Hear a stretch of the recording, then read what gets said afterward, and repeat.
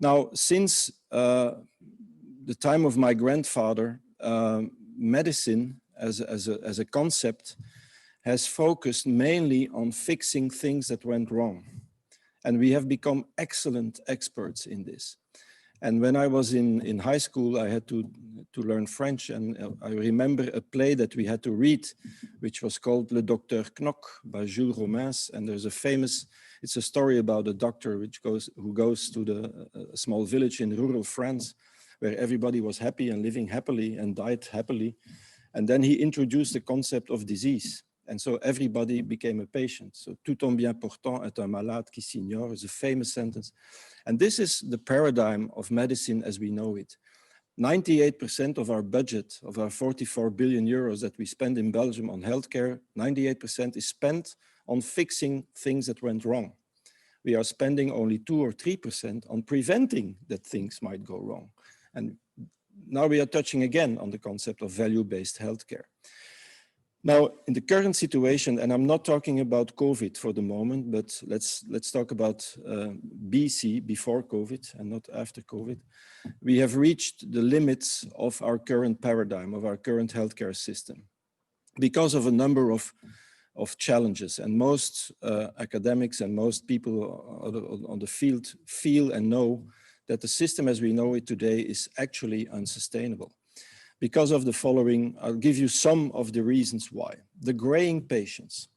Now, I told you life expectancy has doubled, which is very good, of course, but this means that we have an increasing number of elderly people, which is quite a logical consequence of this. Now, on this are graphs from the Belgian Plan Bureau, where you see the red line is actually the number of people aged 85 and older in our country. And you see that from 2030, then the baby boomers who become very old at that time, you see that the graying hasn't even started yet. The number of very old people in our society will increase dramatically in 2030. And I'm looking always at 2045 because then I will be 85 years old if everything goes well. And I will not be alone. There will be 650,000 people in this country alone, 85 years old. And I wonder who is going to take care of us, because there is an 80% probability that I will be carrying at least one chronic disease. So I will need care at that time. So that's the first challenge of the current system. Not only the patient is getting older, also the provider. You must only look at the green bars. That is the average age of the average Belgian doctor. It's between 50 and 65 years old. That's the bulk of the curve. So in 2030 and beyond, they will be on a pension. And that is okay, that's good for them, it's good for me because I'm in that bulk. But you have to look at the inflow, and you see there on top of this bar graph, the influx is low. And we are keeping this low because of various reasons. It has to do with the quality of the training, but also with some, let's say, syndical reasons. If you keep the number low and the prices go up, it's the first law of economics. The patient has changed. The patient has become a more empowered person who wants to be more and more as a co-director in the driving seat. It's not like it used to be a very passive recipient of medical care. The patient nowadays likes to be informed. There is Dr. Google, and likes to be more empowered in general, because there are, of course, consequences. Lifestyle epidemic. We are touching again on value-based healthcare. Here you see the reasons why people die before their time has come. Now, I must tell you that the biological limit of our lives is between 85 and 95 years old. Don't believe it, Laatste Nieuws, who will tell you that we will become 140 years old. We will not. We are genetically programmed to die. And we are oxidative organisms. We burn oxygen. This means that we rust. So it's a normal fact. If we would be burning hydrogen or something, it would be different, but we are burning oxygen, unfortunately. So we will all die, but there are people who die prematurely. And here are the reasons why they die prematurely. And the volume of the bubble is in proportion of the reason why they die. And it's still smoking on top of the reasons why my hospital is filled with people. 60%, 60 60% of the patients that we admit each year is because of these bubbles, these big bubbles. 60% is in fact relatively avoidable. Yeah? Smoking, high blood pressure and cholesterol is kind of medical, but it's controllable. But obesity, physical activity, diet, alcohol, etc. These are attitudes, these are behaviors. Yeah? These are not medical things, and we only spend, as I said, 2% of our very huge budget, because we are a very rich country. We only spend 2% on avoiding these things, and this is something that we will have to change. And this is called prevention. And in our very complicated country, this is, of course, a difficult, tricky one, because prevention is going to the regions, and you have a certain minister responsible, and federal is the curative sector in the hospitals. And so why would the regional minister invest euros for the federal minister to spend less? So it's a political reason, but every euro that is invented, here you see the return on investment. And this is not after 30 years. This is from 6 months onwards. You have also a financial return on investment. So it would be a smart thing to do, not only for medical reasons, but also for budgetary reasons, because we live in a world with very limited budgets in terms of increase of expenditure. Until a few years ago, every year there was an increase in the budget of healthcare expenditure of at least 2% above the index. So we were spending more and more and more of our wealth, but you don't have to be a rocket scientist to know that there are limits on this, because we need also to have justice, to have education, to have an army, to have police, etc. So let's say that the expenditure level is quite fixed between 9 and 11% of our GDPs. And we know that it is good to spend this money, but there is no need to have this increase, to have this increase every year. And here you see a good proof. It's of course a very bad example of healthcare, public healthcare is the United States of America, who now spend more than $10,000 per year per capita in the US of A, and their life expectancy, and I like to tell this to an American audience, is below that of Cuba, who spend $250 per year per capita. So then they become very noisy in the public, but I have to say this. Anyway, we spend a lot of money, and so you can say, and we don't have the money to spend more and more. So where do we find the money to pay for our new developments that I will show you? Well, luckily, between brackets, 1 out of 3 out of 4 euros that we spend today are actually spent on things that we shouldn't spend it on. It's called waste. And you see there a number of reasons why our healthcare system is in fact very cost ineffective. And IBM has done a fantastic study a few years ago where they compared sectors of industry and services, and actually the healthcare business was the most cost ineffective business on the planet. So there is room for improvement. So there is money hidden in the system.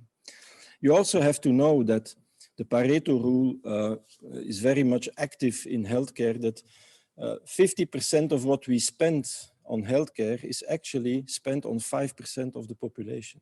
80% of what we spend is spent on 20% of the population. You remember those big bubbles, the big dots of people who come into the hospital, 60%. Well, we spend the bulk of our money on this relatively small population. So if we would be able to reduce even this relatively small part of the population, we would liberate a lot of means, a lot of resources to be injected in the system again to pay for what is coming. And I will show you what is coming. Technology, pharmacology. Here are just a few examples. CRISPR-Cas in genetics is a famous Nobel Prize winning invention. You see the pathways of cancer down below.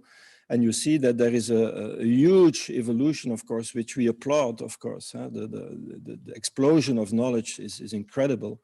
And as Pascal told you, I'm actually a pulmonologist. And I've treated for 25 years patients with lung cancer, which is a terrible disease and a big killer, with typically chemotherapy, radiotherapy, surgery, etc. But nowadays we have new types of drugs, very designed to interfere with some part of this pathway that I showed you. And in this subgroup of patients, they really help those patients. But unfortunately, they cost in Belgium between about 10,000 euro per flacon, per bottle, per treatment. One treatment is for 3 weeks.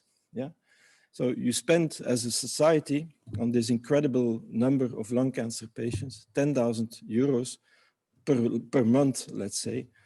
And especially in this area of oncology, the expenditure, the pharmacological expenditure is skyrocketing. So and this is an open-end page in the books of Belgium. So it's an open budget. So it's really something that we have to keep in mind. Now, €10,000 is nothing if you compare with Kymria, which is the first CAR T-cell product launched by Novartis a few years ago, luckily for the treatment of a very limited number of patients with therapy refractory leukemia. So it's not thousands of patients, but anyway, one bag is reimbursed in Belgium on 320,000 euros. 320,000 euros per bag. I thought this was the max. No, a few months later came Luxturna on the market, which is the first gene therapy for macular blindness, also a rare disease. But one flacon is $850,000. Yeah. Now, you have to, this becomes a little bit cynical. If you talk to the company, say, why do you charge $850,000? They say, well, if you are born blind and you will have a life expectancy of 80 years of blindness, that's more than $850,000. So pay us this and you will have a blind person less. Kind of a business approach. And then came, you remember baby Pia in Belgium, also a very rare infant disease where there is a new product, Zolgensma, also by Novartis. If you have shares in Novartis, you're well off. 1,900,000 euro per flacon. But now we are touching other subjects, but just to show you that the portfolio, the pipeline is full of these things. So the portfolio is increasing and we don't have the money to pay for this. That's my message. Unless we liberate a huge amount of money by changing the paradigm, go from sick care to repair what is broken, more to healthcare. Now in Belgium we have a sick care system. We don't have a healthcare system. We have a sick care system. So this is where I think we should evolve, and I think the current minister is also very sensitive for this. The providers have changed. The young doctors now are generation, I don't know, Z or even something beyond Z. And yeah, I'm already an old man. I was born when Maradona was born, so you can imagine.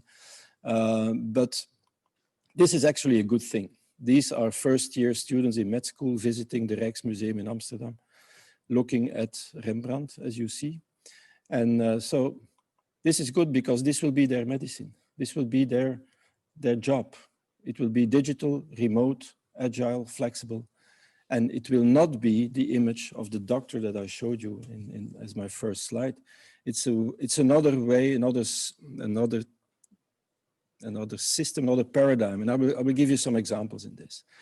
Because this is also a huge thing, and we just talked about on the coffee, the information revolution, the power of the current machines and of big data handling, deep learning, artificial intelligence, etc. This is really something that will change dramatically the way we perform medicine. I will give you some practical examples. Now, just for your information, there's more VC capital invested in these startups and businesses than in pharma for the moment. So it's really booming. And as a pulmonologist, I like to show it's invisible to you, but it was a paper in JAMA, which is a famous American journal, where a company has searched on social media free texts of millions of people in Facebook and what have you. And they launched an algorithm on this, and they were able, with more than 96% accuracy, predict that the patient who used this combination of words had lung cancer and didn't even know it. Because if he would have known that he had lung cancer, he would have chosen another set of words. And so a human mind cannot find these correlations and trends, etc., but machines can. And so this will be a major game changer, I think. And so this is the evolution, like I see it, is that we are evolving from hospital, which is a very expensive place to be. And I'm a hospital director, and Pascal was a hospital director. We know the prices of the hospital. Just for lying in one of my beautiful rooms and beautiful beds, you pay 650 euros. And that's the price of a junior suite in the Ritz-Carlton. So it's very expensive, these hospitals. And so we have this evolution to home, and I would say even phone, because we are carrying our computers with us. This is an image of Wall Street. On the left, it was 1990. On the right is 2020. You remember Wall Street, where people shouting and ticketing with their vests and so. It's gone. And healthcare also will become a software branch for a large part. We still need something else, but this is the trend I'm showing you. And this is, of course, the ultimate proof. This is St. Joseph's Hospital, Mercy Virtual in Kansas. It's the first hospital without patients and without beds. It's just a huge control center, like I showed you Wall Street. And this is open. This is actually happening today. So since we will have a lot of elderly people, a lot of patients, and not enough doctors and nurses, is the robot and artificial intelligence going to cure the healthcare system? Well, there are some promises, of course. I think the biggest promise of AI is that its power to make predictions, between brackets, and to give decision support to clinicians at near zero marginal cost. And this is really the major advantage. I think it's really collaborative and not competitive with doctors. As I told you, around 60, and some say 80, but that's a bit much, I think. But 60% of the reasons why people are sick and in hospitals has to do with lifestyle choices. And here, this integrative knowledge of Internet of Things and wearables, etc., will be probably one of the ways that we can perform a more performant, personal, predictive medicine. Now, for instance, in imaging, which is nowadays 100% digital, you see it happening. Huh? So artificial intelligence, I will say, will not replace radiologists, but it will replace radiologists who don't use it. And we have seen it, we are doing it in the hospital for the moment, but we've seen it with COVID, where together with a few hospitals and a small AI company, an algorithm was fabricated that really helped clinicians to predict which patients got COVID, serious COVID, and would eventually end up in ICU. Because at that time, we didn't have enough lab tests. You remember in the first wave, the PCR tests, they were very limited. So we had to invent something else, and our radiologists had the idea to perform low-dose CT scan with every patient. And we did it in a few hospitals, and then you have thousands of images annotated because you knew what would happen with these patients. That's very smart. And this thing is CE approved and is really something real today. It happened this year. And so these are all elements in the concept of value-based healthcare, which was launched by Michael Porter and Thomas Lee in 2003 in a famous paper, really Americano. It was really describing the American situation, but elements of value-based healthcare, and I won't go into detail, can be picked up. And this is summarized in one slide, and it's actually maximizing value. Value means outcome that matters to patients divided by cost. That is value. And we have to move towards this system. Today in Belgium and in many other countries, they're in the volume-based system. And here you see the major drivers of this system. Of course, is the money. Follow the money. The payment is per act. Fee for service. Everything that a doctor or nurse do is you have a tariff and that you get paid for it. The incentive, therefore, is volume. The more sick people you treat, the more money you earn. Now, you have to think about that. If every of the 100 hospitals in Belgium has this driver, then we all have interest in having as many sick people as possible, because then we make the most money. So we have to change this towards this preventive and more proactive way of medicine. Our focus today is on to fix what is broken. That is the acute episode. And we should think more about care continuums and populations. The information, the data handling will be crucial in this switch, because nowadays we use our data retrospectively as a kind of a file or something, but we should use it proactively, like the radiologists did with COVID, and like we can do with the bulk of information that we have. We should use it much more intelligently. And when I give lectures on management and governance, what is very often forgotten is also that the style of organization, governance, and management of a hospital, of a healthcare system, has to evolve also towards a more collaborative way, a horizontal way, and silo breaking way in life. And we have to make this shift towards purpose-driven organizations, and then the profit will follow, and the efficiency will follow. We should switch from hierarchical organizations to more horizontal network organizations. And we are actually doing this in our hospital. We are experimenting with this, because experimentation is one of the key messages here, is that you have to experiment, and you have to be able to experiment. And a good example of a purpose-driven organization is the Mayo Clinic. Now, for all hospital people, this is probably the best hospital in the world, Mayo Clinic, Rochester, Minnesota. And one of the reasons is very early on in 1910, imagine, they already had a baseline. And they said the interest of the patient is the only interest to consider. It's not the income of the doctors, it's not the organization of the hospital, it's not the owners, it's not the stakeholders, no. It's the interest of the patient. So everything, if you ever fly to the Mayo Clinic and you land in the airport of Rochester, it's all Mayo Clinic.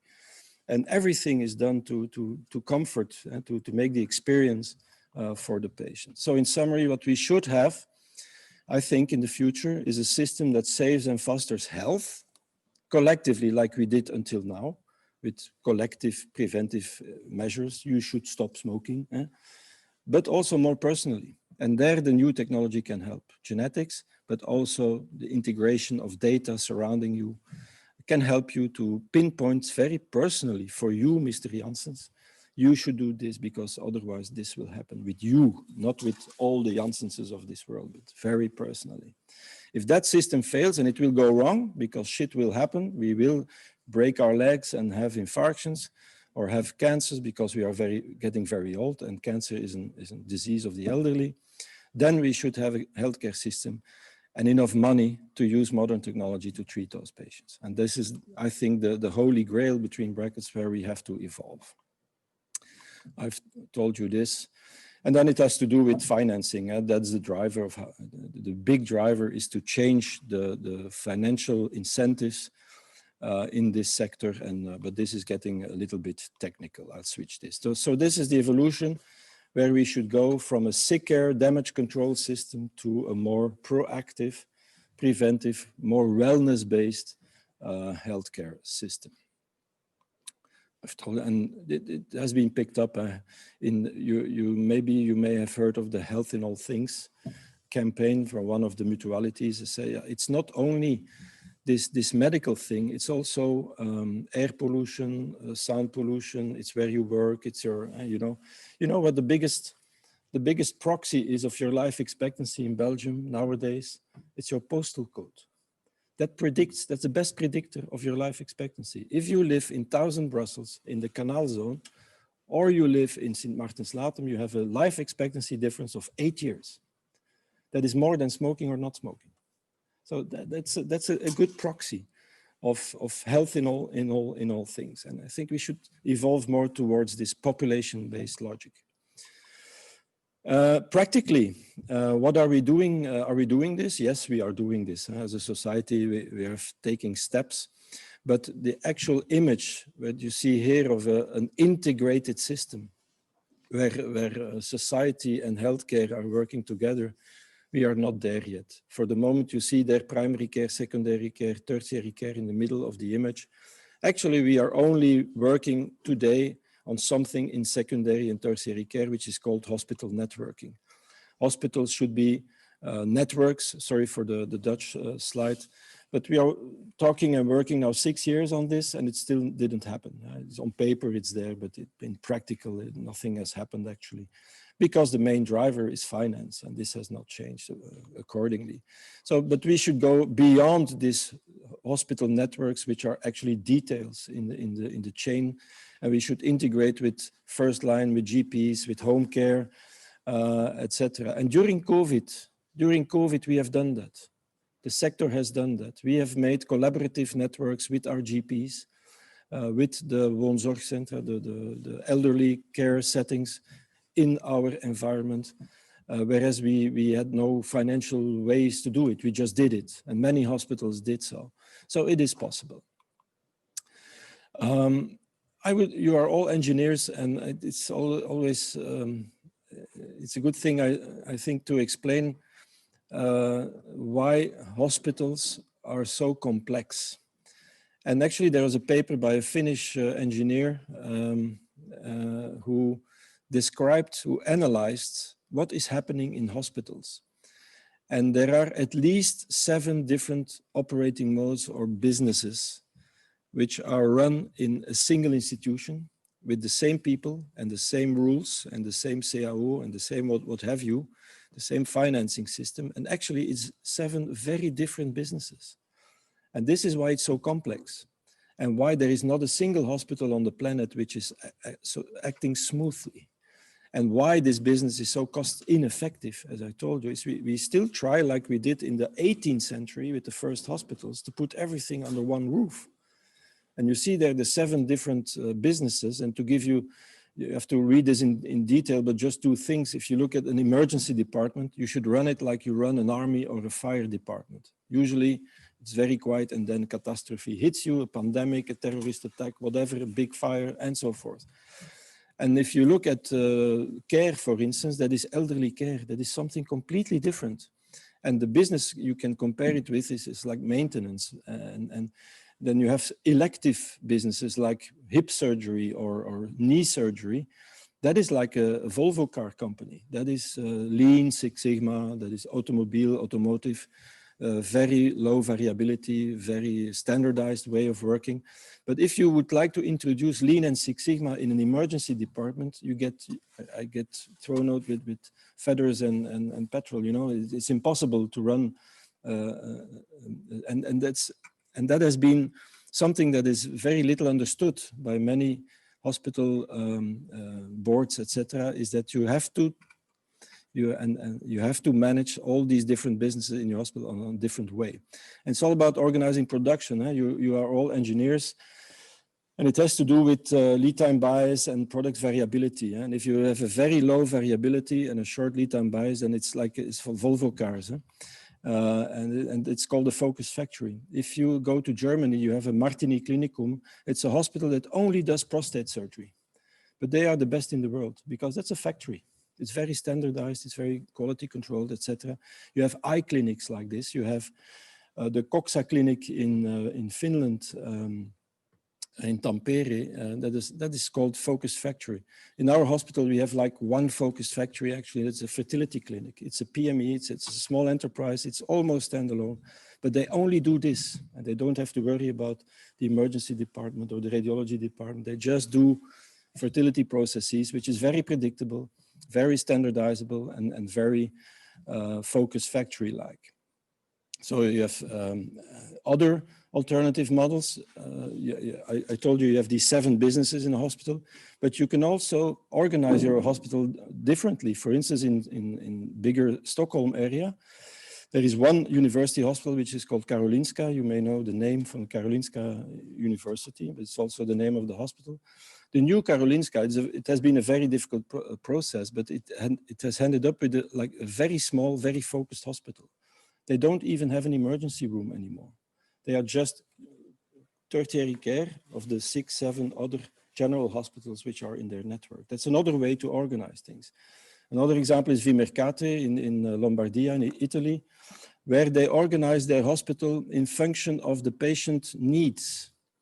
Patients who need very little care, they go in a separate wing of the hospital as well. The patients that are needing a lot of care and a lot of support. We don't do that. We have just one block where we have everything together, which complicates stuff. So the new models of hospital, it's something that we use engineers for to help us in designing these processes. Now, to conclude, a very important thing is you remember the baseline of Mayo Clinic. The only interest is the patient's interest. Now, we are more and more focused on patient experience and patient outcomes, PREMS and PROMs, for those who know the lingo. And this is a very nice phrase that I learned from an expert who was playing with IBM Watson. It was the big, IBM Watson, the chess playing computer, but there's also a project Watson in oncology, which failed completely. And this is a nice phrase. When everything else fails, I just talk to the patient. I'll give you one example from Karolinska, actually. I was at INSEAD and we had to make case studies. And there were two young people from Karolinska, and they did a case study on why they had the most famous cardiology department of Sweden, and the outcome was very bad. It sucked. And they didn't know why. They had all the gizmos, all the apps, they had everything, and it didn't work. And this was the case by those two young cardiologists, and they had a brilliant idea. And they said, we will talk to the patient. Why doesn't it work? What is wrong with our system? And actually, with all their remote and all their wearables and all their stuff, one thing was forgotten. The patients were scared. And so they made a very little help desk, which was manned by two people, where there was a 24/7 system, and patients who were worried, because you must remember, if you are in Sweden, 75 years old, you have a heart failure, and you live somewhere in the woods, but you have all these gizmos around you, people were a little bit afraid. And they just had this phone with a very friendly nurse that answered them. And within 6 months, all their gizmos started to work. And the patient experience was improved dramatically. So you have this medical system on top, above the water, and then you have this huge business beneath it, which is our business and which we should take away from the patient and try to focus as much on the patient experience. This is also value-based healthcare, and this is the added value. And to give you some examples, the world has changed completely. The biggest hotel chain in the world has no hotels. The biggest taxi company in the world has no taxi cars. I was in New York a few years ago, and usually I stay on Times Square in the Renaissance Hotel, but it was full, so I went to another one, Citizen M. I was flabbergasted. This is not a hotel. There's not a reception desk where they ask you all these questions all over again, which you already filled in while you booked the hospital, etc., etc. So we must think about the experience that you have when you enter a medical facility. This is the reception desk of Citizen M. This is the lounge. It's really an amazing place, but also working spaces. This is Fosbury and Sons in Antwerp. This is the new working space. It's not those big, clean, big floors anymore. It's like you're in a bar or in a nice place. So patient experience is paramount. Nowadays, every patient, we have this room service now, and we ask every patient what they want to eat. Now, of course, we did this already, but very formally, but now it's just like, this is the menu, what do you like? Because the average length of stay nowadays, it's only 4 days or 5 days. You can do this. You can digitalize everything that has to do with making appointments, etc. It's already done. If you come to the hospital, now you see that this patient, that's nice, he still has to touch the screen. And now we made a system that is voice activated, because with COVID, you cannot touch the screen anymore. So when a patient comes to the hospital, this whole process takes 17 seconds or something. And now it's 17.34 seconds. And nowadays it's still quicker and voice activated. And then the patient comes to the waiting room, is scanned. And see, she still touches the screen. That is now forbidden, of course. But now the doctor knows that this patient has arrived in the waiting room and can be, and so the patient experience, this is all behind or below the surface, but for the patient, it makes a huge difference. A waiting room, it's the most silly place in a hospital. It's very boring. We used to have little books that people could read, but it's forbidden with COVID. But we had this idea where, you know, that if you are in your conservatory training, and those students, they have to perform. They have to have X hours of performance. So we made a deal with the conservatory in Brussels that students could play their pieces in the waiting rooms. And now we have patients who want their appointments at times that these students are there. So it's just experiencing. I can give you plenty of examples. This is our Villa Samson, which was built with charity, where especially children and elderly patients and patients with psychiatric disorders can see their pet animals and can follow animal therapy. And this is a great story and a huge success.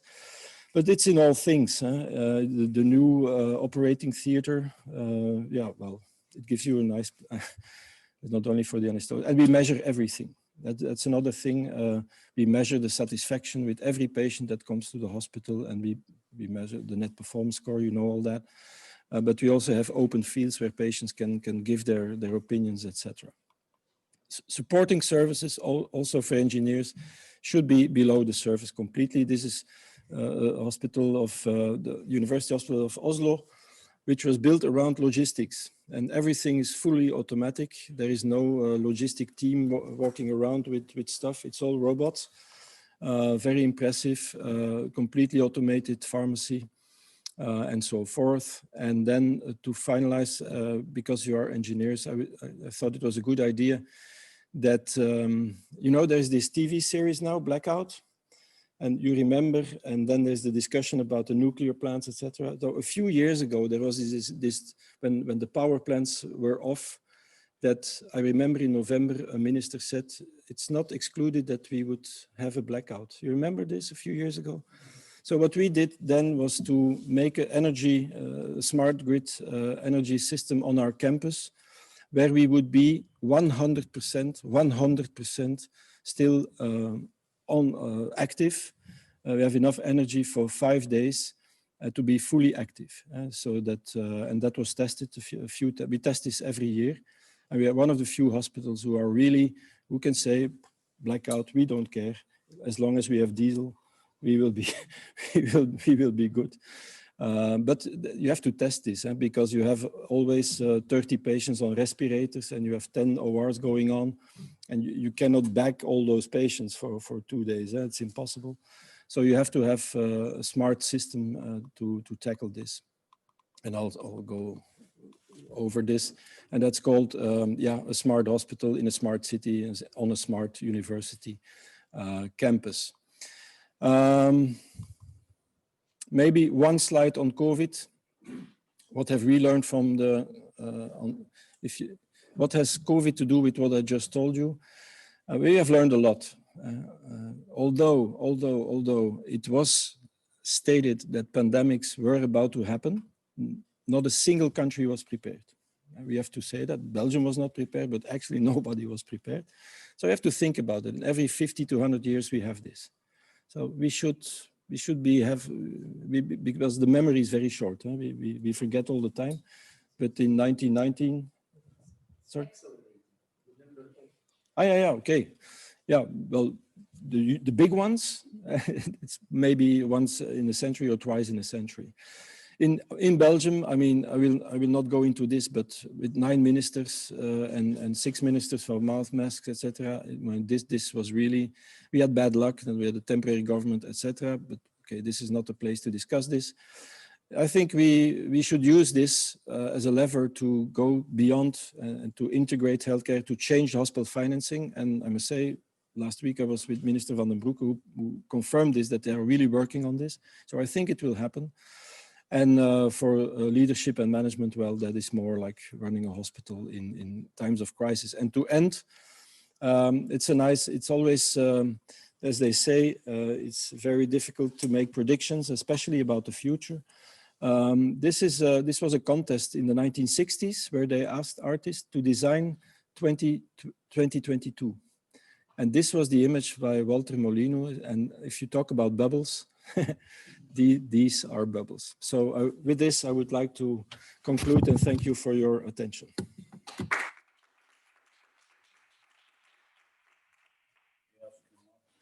Yeah.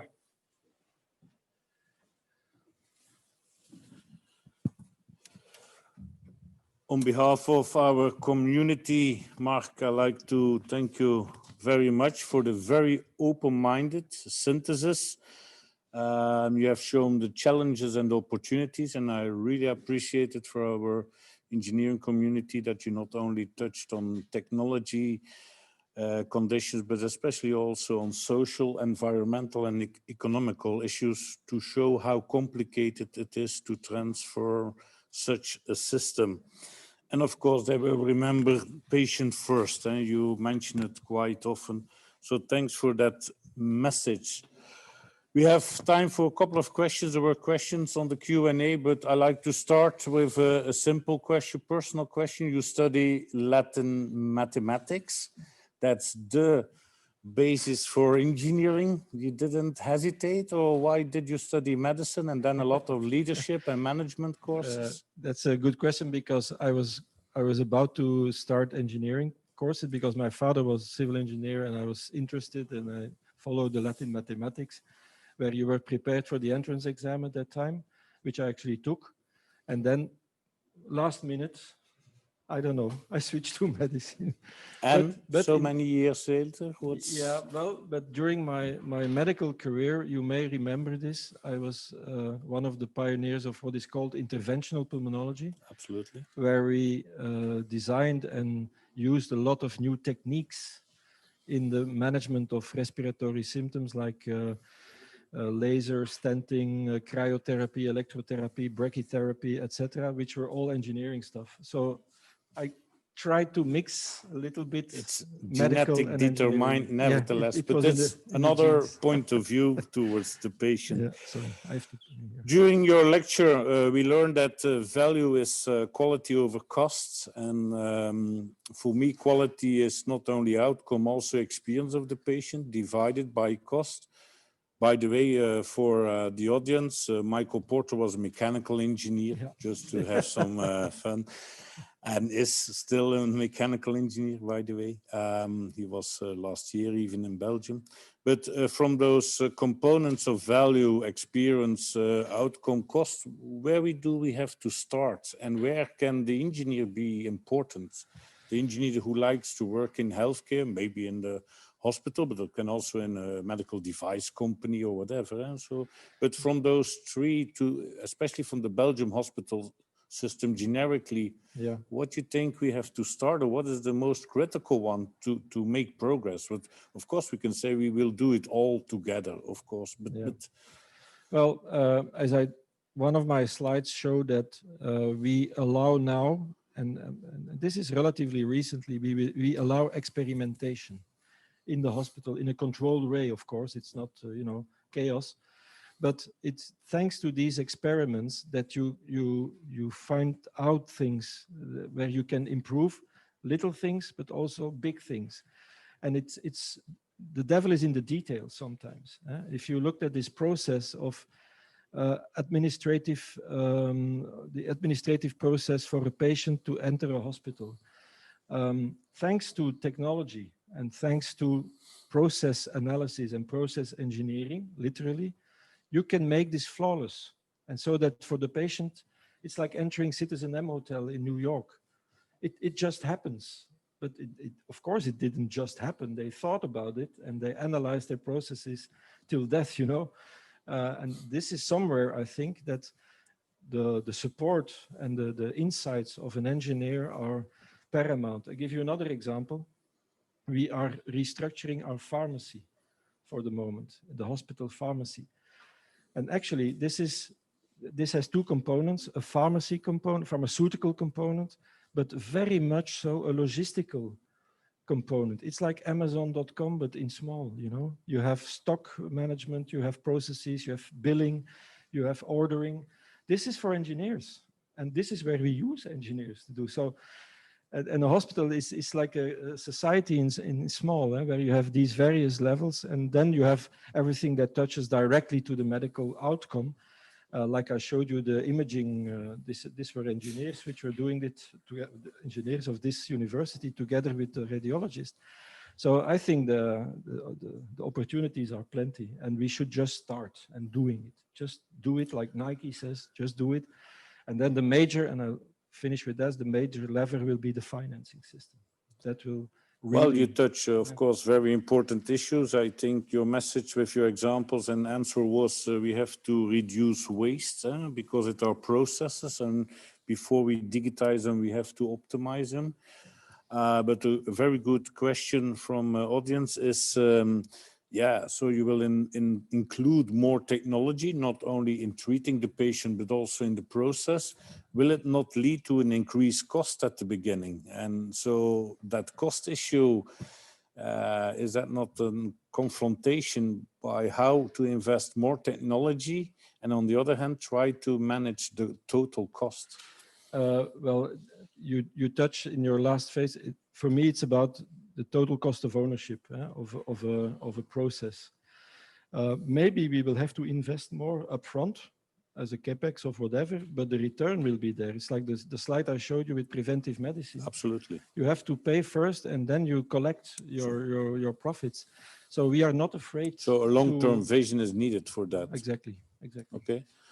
Another interesting question was, if you go to that horizontal collaboration with all the partners in a healthcare chain, where's the role for the general practitioner if it becomes a more technological, data-driven communication with the patient and the patient first? Where's then the role of the general practitioner? Yeah. The general practitioner typically has the role of gatekeeper. It's the first entrance barrier to the healthcare system, and you should have that. And in our model, this role is played by the GPs, and I think that is their main task to do so.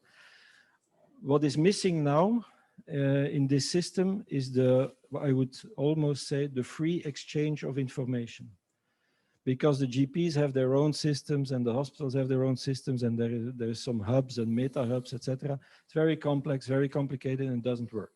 So we should evolve, I think, towards a more, and this would be one of the levers, a more integrative data exchange system, where the patient data are managed by the patient, and he is or she is the owner of the data.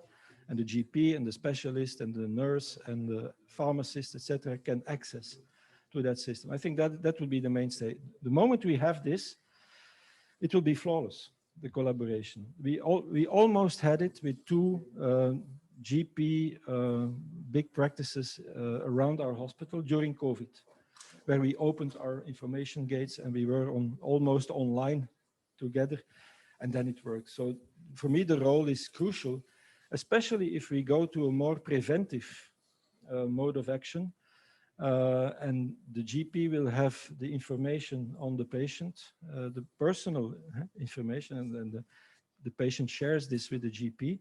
I think this will be the mainstay of the system. It's absolutely a key message for our audience, that a lot of the people that are participating today are dealing, for instance, with AI algorithms and the development, but they must be aware that you first need a digital highway in between all the connectors and all the people participating between the patient and the treatment story. Absolutely. And that's an investment in infrastructure, and that is also a cost, and it's also an investment to realize mobile health, before you can really have that ideal healthcare continuum.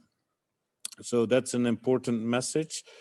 You have a final message for engineers who like to come and after their studies or PhD, whatever, to step into healthcare. What would you recommend them as a kind of motivation of why we need them and why healthcare is needing engineers in the future? Yeah, or more engineers in the future?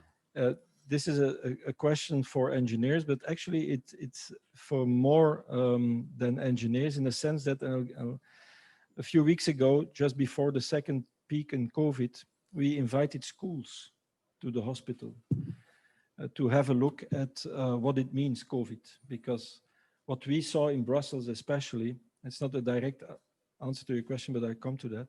We saw a huge information gap between youngsters and what is COVID. And so we invited schools to come. And when they were in the hospital, we could let them see that in a hospital you have nurses and doctors, which is quite obvious, but you have a massive amount of other people. We have engineers, IT, you know. It's not only the diploma, but technical, trained and skilled people. And the environment is becoming so technical and so digital, and so that you need engineers. So if there are engineers with this envy, hoesting, they say in Flemish, to work in a healthcare environment, I mean, it's an amazing place also to work. I mean, you can really make a difference, you know, for your patients. And for me personally, this was a reason to do medicine and not engineering in the first place. No, but you have to start with what you like to do, and then you come in the domain where you like to make career. Yeah. Thank you for that wonderful Q&A on top of your keynote. On behalf of the community, again, I'd like to thank you, Professor Noppen, to give this keynote lecture at your own university. Usually your keynote somewhere else, and people forget to ask you at your own university. So we thought we can fill this gap. Thank you very much. Thank you so much. And I wish everybody a very nice continuation with a short bio break, and then you jump in the digital sessions. See you later today. Bye-bye.